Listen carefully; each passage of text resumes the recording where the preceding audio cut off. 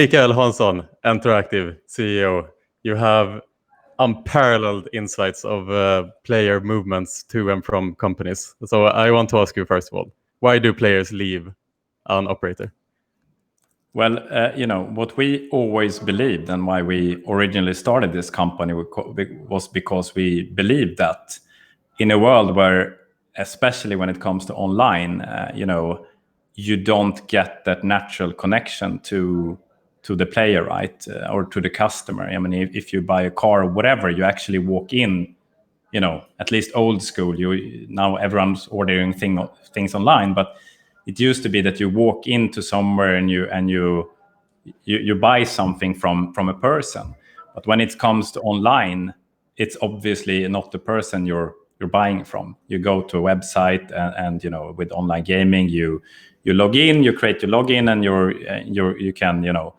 you can become a customer in no time, and there's no actual personal interaction. And that's what we believed over, well, it's actually 11 years ago now, when we started this, that there is something here. We didn't have any numbers to support it. We didn't have any advanced formulas, NPV or whatever, to say that it's even profitable to reach out to customers or players.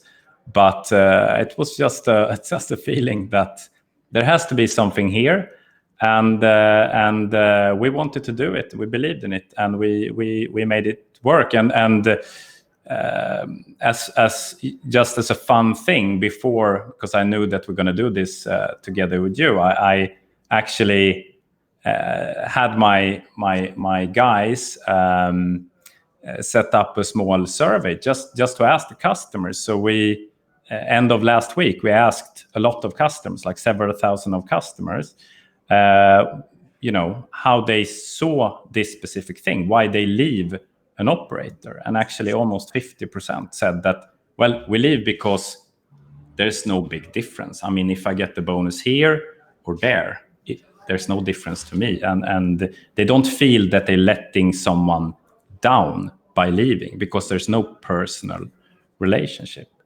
So I think that is kind of closed a bit the circle for us, that we've been working on this for 10 years, and we always had this belief. Obviously, our numbers has shown us that people are staying.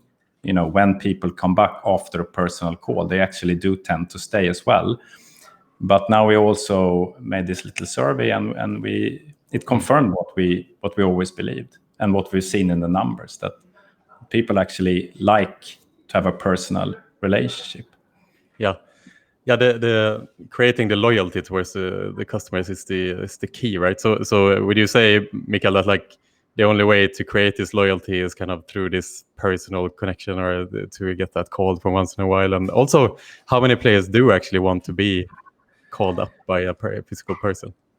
Yeah, I mean, this is something that if we first of all look at loyalty, I think that at the end of the day, we have the hygienic factors. You're not going to be loyal even if you get the VIP treatment, you get several calls a week, and you have an amazing, attention towards you as a customer. If your product isn't there, and if you offer bad value in terms of sports book or whatever, it doesn't matter how great you are. So I think you need to have your hygienic factors in place. You need to have a nice product. You need to have all those things in place first and foremost. But then to create that extra loyalty, definitely a personal relationship goes a long way, obviously. Mm-hmm. I remember back in the day, Mikael, like I used to work for Betsson a long time ago, and this was like about 8 years ago or so. And at that time, the Betsson had an in-house, an outbound call team that were reactivating players. And I remember Enteractive coming in at that time, actually, just to work in parallel. I remember that too. Yeah, I'm sure you do, yeah. And I just remember that internally, that Enteractive coming in as consultants just absolutely smashed the inbound call team. Basically, their targets and everything like this was completely smashed by Enteractive. Like, why is it that you guys managed to do so much better than kind of the in-house team at Betsson at that time? I believe, honestly, it's two things. I think it's focus. I mean, if you only do one thing, we only get measured on how good we are at getting customers back and making such a good impression on that customer that he actually stays and he stays long term. That's one thing. And I believe that in that team, they were lovely people, but they had other things as well that they needed to do. They were, I remember that they could come in and let's do this call now. It could be a call on 17th of May to the Norwegians because it's their national holiday or national day. I mean, yeah. So. And we didn't do that. We had the focus on constantly improving what we're doing, constantly doing the same thing, but better and better and better. And another thing, which I think the absolute most important thing, and I wouldn't say it was skills back then so much because we were only 2 years in then or 3 years. So we were not, I mean, if you compare us now towards then, an agent now, mid agent would beat the best agent then by double or even triple, probably. That's the evolution. We had a guy doing 672 deposits last month. Yeah. And the first year we did 390 deposits in the whole company. The first year. Evolution is enormous. Yeah. But what at the end of the day, what was most important, apart for the focus and the fact that we obviously were doing this every day, was that they also outbound calling or talking to players is not maybe seen as the coolest thing. Let's be honest about it. So people came in to the organization, they tried it out. And then if they were good, ironically, then they were promoted to doing cooler things like, marketing or so. So I think the whole thing with us only doing this, focusing on this is where if you're a good salesperson here, if you get many customers to come back and stay loyal, you're a king here. You're like, you can't go higher. Well, obviously you can kick me out maybe if you're married, but there's no cool. Well, obviously we have marketing as well, but you see in a big organization and a big operator, there is so many different tasks you can do. So I think that was also one of the main things. But obviously, I think the focus is the most important thing. Yeah. I mean, from a psychology point of view, like the guy who reactivates 672 players, he has obviously figured out a way how to optimize his calls to make his customers feel safe and secure with him and so forth. And then you have another salesperson who do the same amount of calls but who doesn't reactivate nearly as many players. Like, what is the psychology behind this? Like, why is this person so much better than someone else? Like, how can it have such a big? What is it in his calls that makes him so much better than anyone else? I think at the end of the day, he's clear, and I think something that sounds easy. He's clear and direct, but to learn to do that, to be honest and direct with the customer, and to give them a sense that he knows what he's doing. He's having an honest discussion with the customer. It might sound easy, but it's not easy. And also his confidence. Also, I mean, he's probably has reactivated 3,000 or 4,000 customers over the years. He's been with us for over 3 years. So obviously he's amazing. But our training processes now are so advanced that we can take in an agent, we can train him and give him that confidence within 2 or 3 weeks to actually deliver 200 deposits a month, whereas 200 5 years ago would be the record, for anyone. So but it must be a personality thing in combination with that, right? Yeah, I mean, he's extremely focused. People after he made this 672. I mean, honestly, he's been winning all the whole year, probably every month so far this year. People actually asked him, and this is a joke, obviously, but it's also they actually want to understand as well what he's eating for breakfast, But then again, he's eating the same thing as we for breakfast because we cook the breakfast for everyone. I think at the end of the day, it's about getting up every day and doing your best and just becoming better and better and better. And obviously, he has learned our systems. I can tell you one thing. This guy is the person who probably developed our reactivation cloud software the most out of all agents we have, because he always comes up with new things, improvements. It's like, what if we could do like this and this and this? What if the dialer would do this, and then I would automatically have this stored and I can send it out, and it would be make the customer experience better. What do you think about that? And we're like, that's good. Let's take this straight to tech. They add it in the next release. 1 or 2 weeks later, we have it.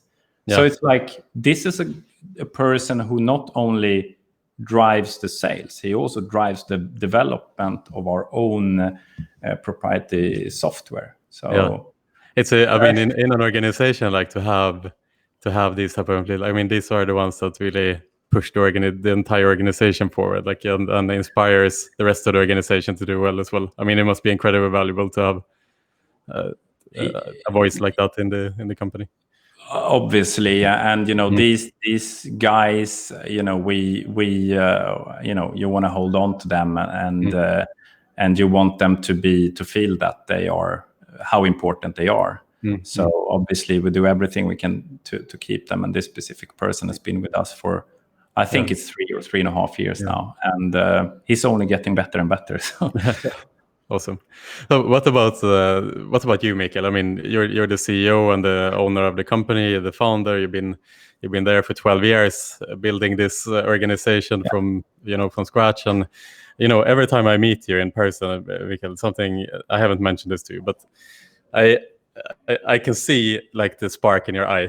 No, I can see how happy you are, like, and how passionate you are for this organization. And I'm sure that you hear this internally all the time. But like, what is the like to constantly walk around with the pressure of being the CEO and the owner of an organization that has to perform every month, because this is depending on who you will become as a successful person in the day. Like how is it on a day-to-day to be the CEO of the company?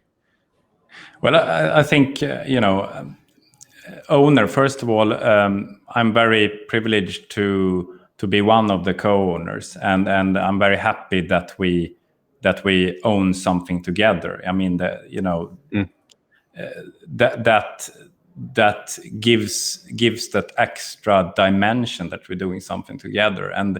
And I think also, I felt quite alone together with Pedram, who has been with me, our operations manager, since day one. And that was difficult when we're 5 or 10 people, because everything was down to us. It felt like, at least, I'm not going to say we've had many amazing people coming and many are staying still today. But now I feel it's a pressure. But on the other hand, what has happened is that if I'm not in the office, they're joking now, my top management, because they say it's so good when you're not here, because then we can focus on work and you're not walking around talking all your new things and ideas. So like when we've done some of the records we've done, I have been abroad, or I've been in meetings, and So I feel it's amazing to say, and this is something that many people say, that you should be happy when you're not needed every day. And I think that's something that many people might say, but I truly feel that I'm happy when the organization is managing, and there's so my managers, they're so much better than me in everything. I mean, I used to do almost all the things that they are doing today, but the level that they've taken it to, if it's a reactivation cloud with our magnificent CTO Daniel Scambri, who is like absolutely amazing person. If it's Daniel Larsson who's running the sales together with Harid, this is like, those guys are they're amazing. They're simply amazing. We have Jules on marketing. He's an amazing person as well.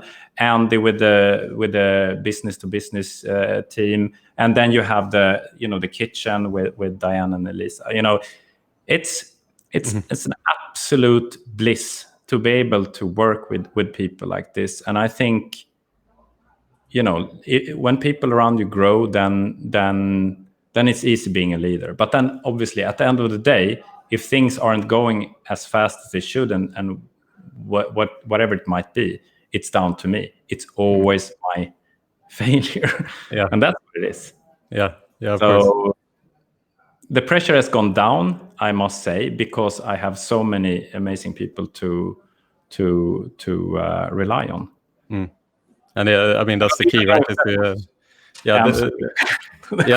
But especially, especially as not only the CEO but also the owner of the company. I think that's where a lot of people struggle, is to delegate tasks, because they want to own and they want to have insight in every little decision and so forth. But you feel like you've gotten to the point where you don't need to do that anymore. Like you have settled with your team and you can trust them, and you don't need to be involved in everything that's happening within the organization. Yeah, Would you say that's your leadership style? Yeah, I mean, and honestly, I am the one first to recognize that delegating is not the key to everything. Because if you delegate to a person that's not ready to own the task, then it's a complete disaster way of leading things. But I think we have people in our organization who are so skilled that delegating is the right way. It's just I can just leave it to. If it's a tech thing, I would be, I'm completely wrong to sit and try to come up with the solution. I just said, I'd like to. I just tell him, this is the function I'm after. This is what I want to do. Yeah. Can you make this happen? And then said, yeah, sure. And then I get something a day later, a prototype or whatever. So that is amazing, actually. It's like what Todd Hasshalter said, the chief product officer of Revolution Gaming. He said that not all opinions are equal. He said like if you're in a meeting and you're trying to solve a math problem, and Albert Einstein is in the room, there's no point in discussion what is the best solution. Just give it to Albert; he'll sort it. Yes, yeah, exactly. Don't waste time on that. So we can focus on where we actually feel that it's difficult, and it's a kind of an area where no one is a complete expert, and then you can actually have that discussion and try to find out where you need to go. Yeah. So as the CEO, then Michael, what's the biggest failure you have had as the owner of the company? My biggest failure. That's a good question. Because you're in a good position now, but there's never a straight way there. Yeah. No, but I think my biggest failure, I'm trying to look at it from an honest perspective, not giving my biggest failure. I mean, what is that I'm too ambitious? No. My biggest failure was that I didn't take in really good senior management earlier. I was too conscious of the cost of growing this.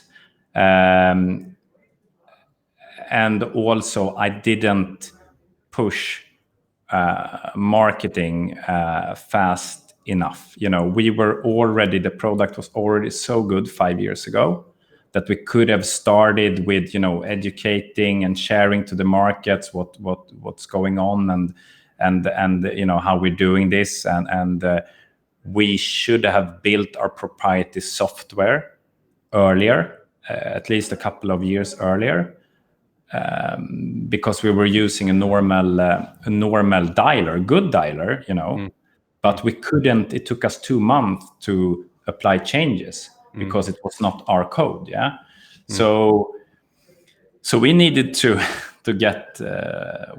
change that, and that took too long time, and I should have done that much faster, honestly. So I think that is also a failure to do something too late. It might not be seen as a failure, but it's like not the absence of action. Yeah. Exactly, not doing something is also a decision. So, but now instead I have to make sure that we do it twice as fast as it would normally be done. So I have to exactly speed it up even more. Exactly. What do you think? Like now, let's take a step back to March now in this year, and all the world just were turned upside down in the blink of an eye. Obviously, like on the reaction side of things, like how was COVID affected your efforts to reactivate players? Did you completely change the way you approach your reactivation to reflect this, or was there business as usual kind of thing? I mean, the sports side obviously was affected. Yeah, the sports side collapsed, in a way. And I think I want to say two things based on this. And obviously, we were very worried in March because we didn't know where sports is going to go, and we didn't know how we're going to manage to perform without sports, because sports is such. I mean, I've Scotty H. Hatterberg from Moneyball here behind me, and it's we have sports murals in the office because sports is what carries us every day. It gives us that extra joy, and it gives us unforgettable moments that you can talk to customers about, and everyone can relate to. So of course, when we felt that, okay, we're not going to have the sport, we were worried. But at the end of the day, and this is what's so funny and amazing, our conversion rate dropped. So the relationship with how many conversations we did toward versus how many people that came back to the site after our call dropped, obviously, because there was nothing to promote. But it only dropped by 5 to 6%. So if we had 25% that would actually come back after a call and come back to the site, it now dropped down to 19.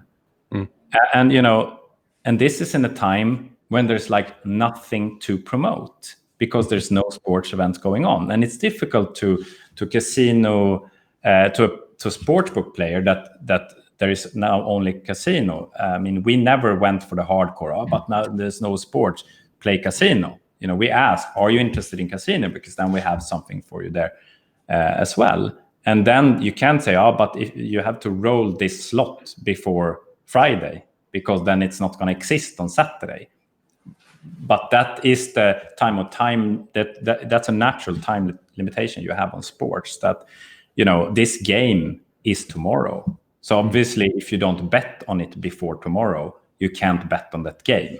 So it's kind of obvious, and it gives you that opportunity to just mention that game to the customer. Then it's up to him to decide, or her, if he wants to play on that game. And normally, if it's a big game, there's a high probability he will or she will play on it, obviously. So we lost that.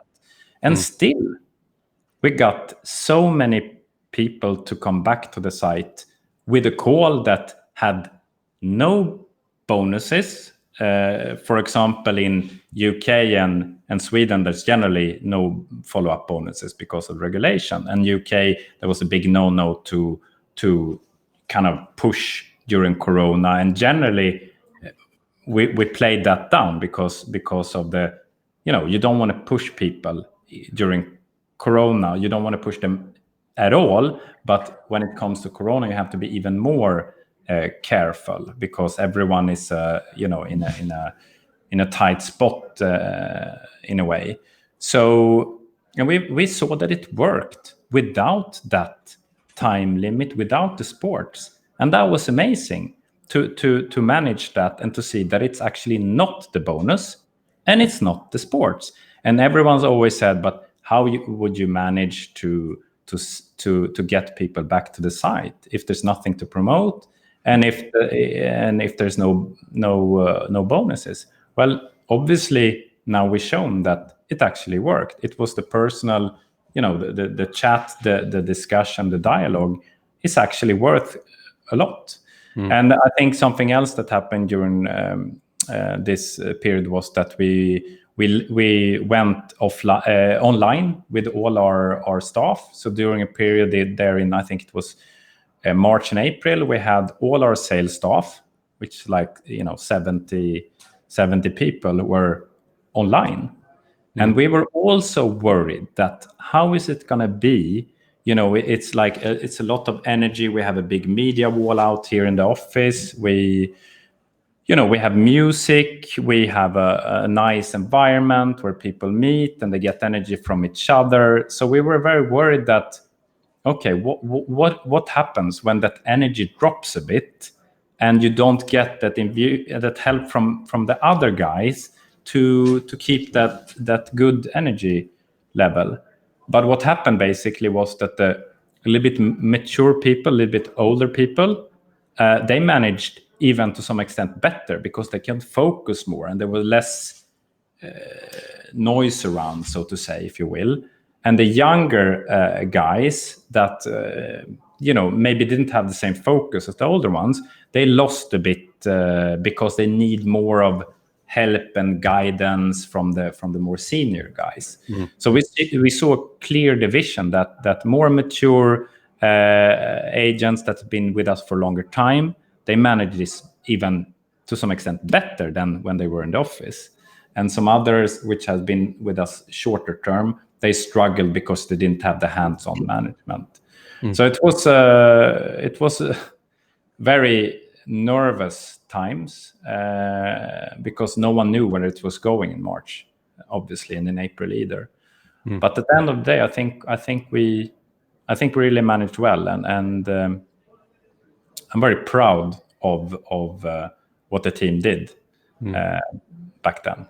Yeah, I have the feeling like on the working remotely part of the issue is my team, for example, works primarily from home, and we have noticed that we also work a lot better. I mean, the staff is happier. We have a lot more freedom, to enjoy life outside of work, because let's say you get your 8 or 9 hours in per day, but you don't have to have the commute. So you have a lot more time to live your life, which increases happiness, which then increases performance, I think. So we have continued to with a pretty lax policy that our staff can work from home. They can work from the office if they like.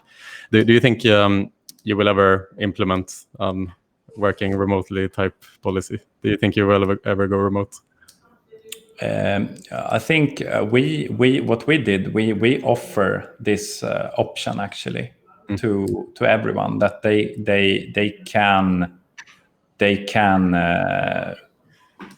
can apply for working remote, and if then they have the quality to back it up and all that, then it's no problem.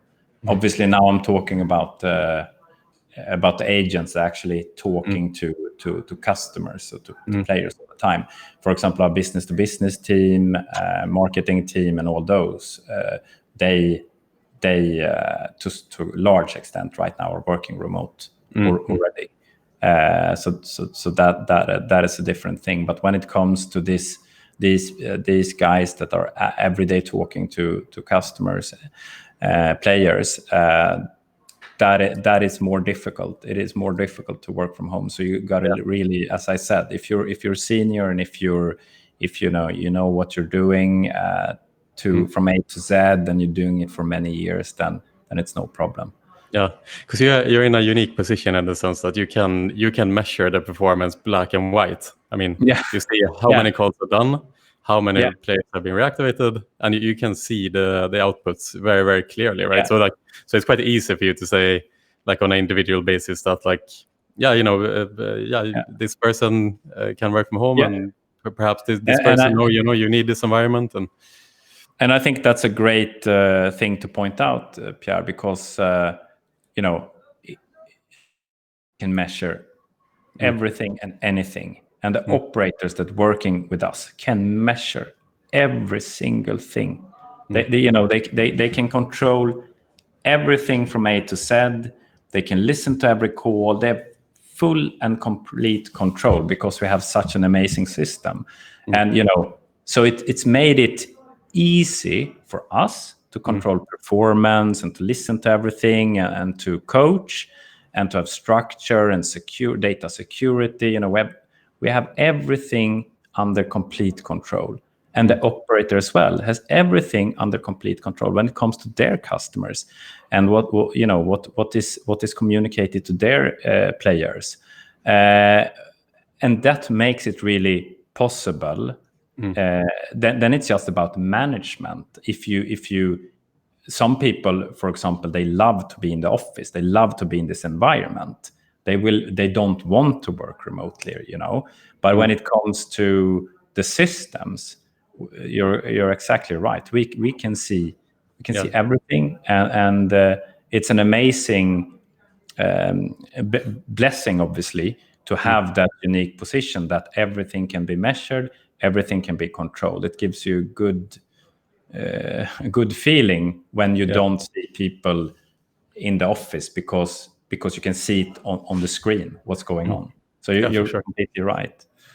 But what about so another aspect of the COVID outbreak, like you mentioned earlier in the previous question, is like the player protection.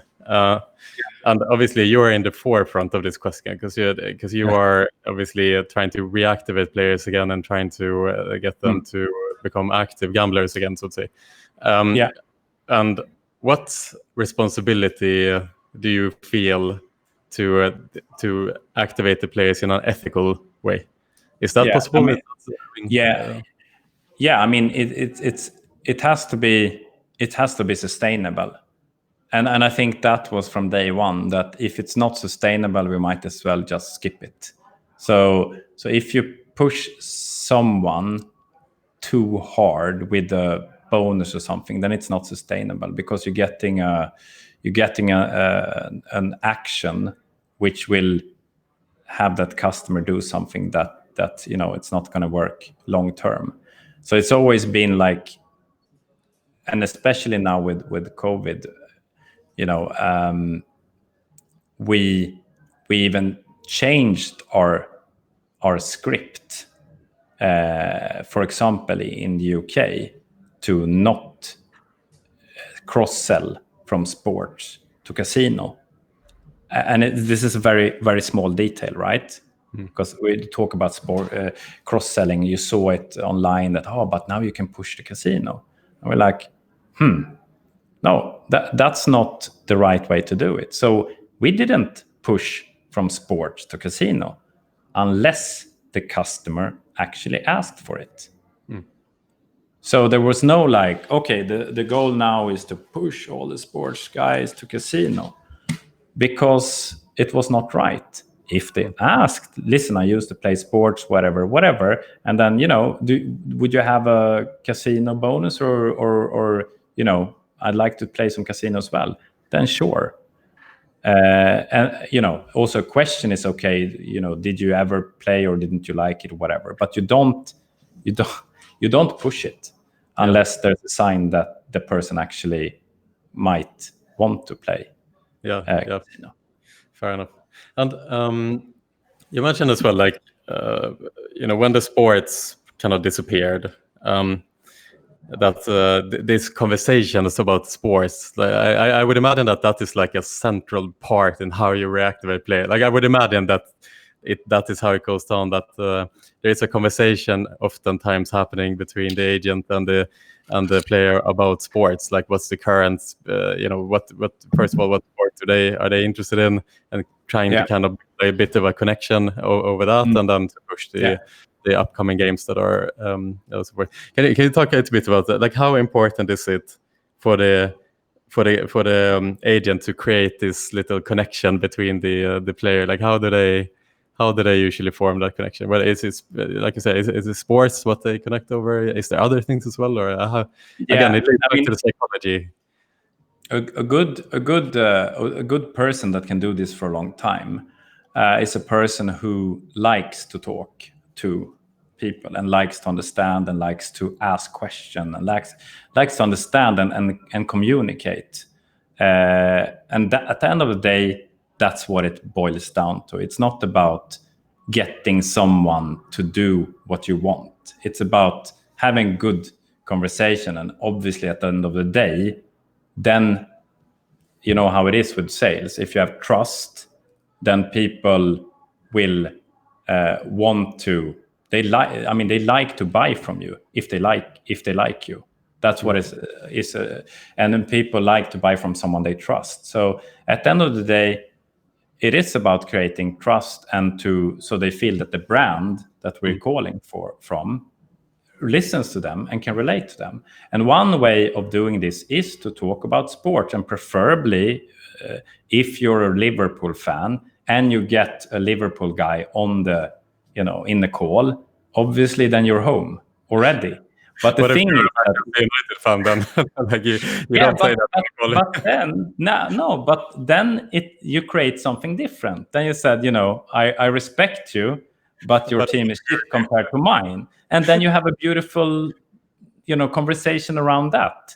So, but if you're dishonest and you try to play that you're a Liverpool fan just because it's a Liverpool fan, then you create nothing. So at the end of the day, sport is beautiful, and it creates those wonderful, wonderful conversation. I had one guy specifically 100 years ago that I always like to listen to, because he was so knowledgeable that no matter where this person was from, no matter where, he knew the name of that arena in that city.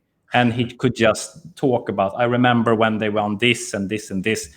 And it was a Swedish guy, and he knew the name of the arenas of a city or a small city with 3,000 inhabitants. He was incredible, and he could talk about Sharapova, a game she had 99 or whatever. He just would move seamlessly over the different sports that the customer was interested in. And that was amazing, because then he could always relate. And he wasn't sit on Google, okay, now I'm going to look this up, he said this from Liverpool, whatever. He was really amazing that way. But at the end of the day, this can also happen if it's not sports. I had the guy, for example, I talked to yesterday. He talked about. He called the guy in the army, and apparently, in Finland, it's a thing that if you're in the army, you eat a lot of donuts. Okay. As with the American police, it's a kind of joke that they eat donuts all the time. So I called this guy up, and I think we lost our camera. Yeah, but it's okay. I can still hear you, so that's fine. Yeah. So anyway, so he called this guy up, and he was like, "So you're in the army?" And he could hear that, I'm in the army, so he's serious, yeah. And someone's calling from a gaming from an online gaming operator, and it's like, yeah, I'm in the army. Okay, but I'll keep going. Yeah. So he's in the army, and he's like, all right, so you're eating a donut, yeah. Actually, I'm eating a donut right now, and it's my second donut. And then they started talking about this donut in the army thing. It was completely from the perspective of sports, there was nothing going on. It was just how they kind of connected over this donut thing. And at the end of the day, he started, on this side, we have an offer, right? And said like, you don't have to say anything. You don't have to mention, the offer or anything. If there's any offer, I don't care. I'm gonna go in there anyway because I like you and you brighten my day up a bit. So. And these things do happen. I mean, we had another person that spoke to quite a famous singer in this country, and he started. And I don't know if he has a great voice, honestly, singing voice, but he started singing his songs. And this call ended with them singing together. And it's like, okay, there's no sport in that. But it's just one of those things that happen. Then obviously many calls are also like, you have, if you want to try us back again, a lot of has happened on the site. And, okay, I'll check it out, And some people are too busy. Some people are in the grocery store, obviously. There's many different, stories out there, but at the end of the day, why it's successful and why it creates something is because there is a two-way communication. And I can share with you one thing that happened to me back in 2006. I mean, I've only gotten one call from the online gaming industry, and I was a poker player back then, a quite bad one, but still. I got it from Party Poker, a guy from India. I mean, the call wasn't spectacular at all, but it was a call, right? He called me. He took the time out of his schedule or whatever. I was probably 1 out of 50 that day or whatever, but still, he called me up. Hello, Mikael. Welcome to Party Poker.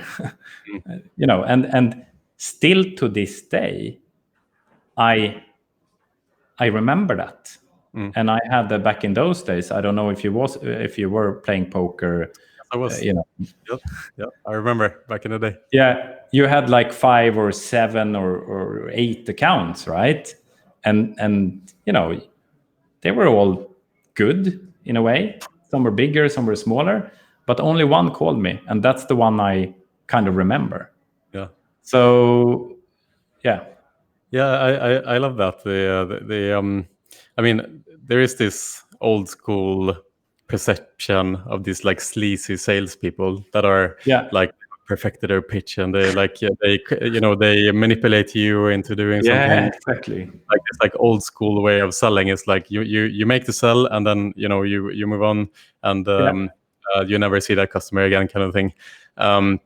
But I love the fact that sales, like the modern way of selling, is a very genuine approach. Like, if you're a good person and you are a salesperson, just be yourself, because exactly.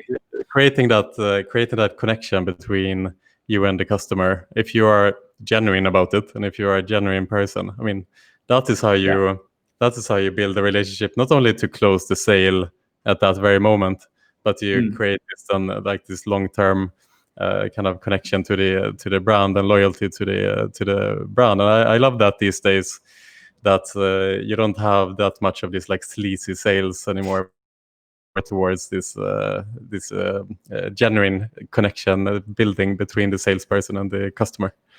Yeah, and just on that, what's really important is that you're honest in a conversation.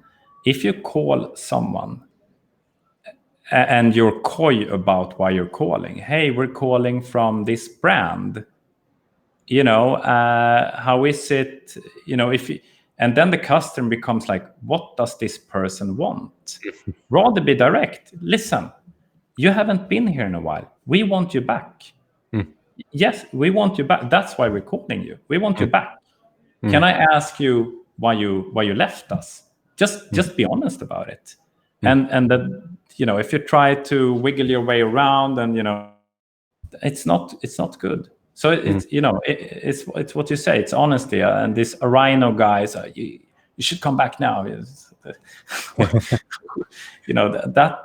That is just not how it's done. Yeah, exactly. I mean, there's this like bad salespeople would talk down on their competitors, for example. They would say, this site you're playing on is not good. You shouldn't be there. Like, we are better or whatever. Yeah. But that's I think regardless of how like crappy your competition is, like again, like a good salesperson should never focus on that, right? Like, you should always focus on your own product, and if you are genuine about it, if you have a genuine good product, if you're a genuine good salesperson with actual good message and intention, then that is enough. Like, you don't need to oversell it, right? Like, exactly. No, definitely. And if you need to twist some things and words, and then it's not going to be sustainable anyway. So it's not going to work out long term. So it doesn't. And if it doesn't work out long term, there's no point really. True.